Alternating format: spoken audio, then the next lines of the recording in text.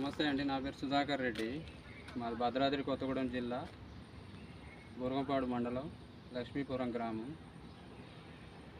మా భద్రాద్రి కొత్తగూడెం జిల్లా బూరగంపాడు మండలం లక్ష్మీపురం గ్రామంలో చెప్పుకోవటానికే గ్రామ పంచాయతీ లక్ష్మీపురం అని. అది పెద్దోళ్ళు చెప్తారు కదా, ఊరు గొప్ప పేరు దిబ్బ అనేది సామెత ఉంటుంది. ఆ లెక్కలో ఉంది.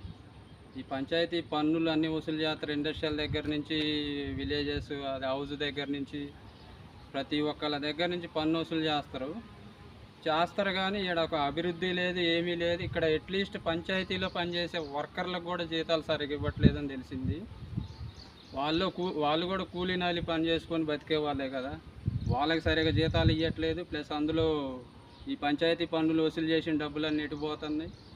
అవన్నీ పక్కన పెట్టినా కానీ సరిగ్గా అట్లీస్ట్ ఒక్కళ్ళు కూడా రెస్పాన్స్ అయ్యే బాధ్యత కూడా ఎవరికి లేదు. చూడండి, ఒక్కళ్ళన్నా ఇక్కడ పంచాయతీ ఆఫీసులో ఉన్నారు.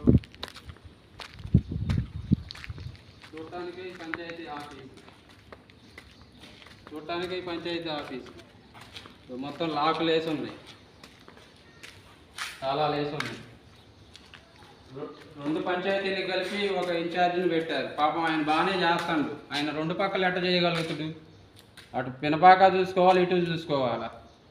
అలాంటి వ్యక్తులు ఉండబట్టే కొద్ది గొప్ప ఈ పంచాయతీలు ఇలా ఉన్నాయి. ఆ సెక్రటరీ వల్ల రెండు పంచాయతీలు కూడా అటు ఇటు మెయింటైన్ చేస్తాడు. ఎంతకని మెయింటైన్ చేస్తాడు? అట్లా చేసినా కానీ ఇక్కడ అసలు పంచాయతీదో సర్పంచ్దో తెలియట్లే, గుమస్తాదో తెలియట్లే, సెక్రటరీదో అధికారం తెలియట్లే. మాకు తెలిసిన దాన్ని బట్టి అయితే ఇక్కడ సెక్రటరీది, సర్పంచ్ది ఎవరిది అధికారం చెల్లట్లేదని అర్థమవుతుంది. దీని మీద మీరు తగు చర్యలు తీసుకోవాలి, లేదంటే ఫర్దర్గా మేము డిస్ట్రిక్ట్ కలెక్టర్ దగ్గర కంప్లైంట్ చేస్తాం.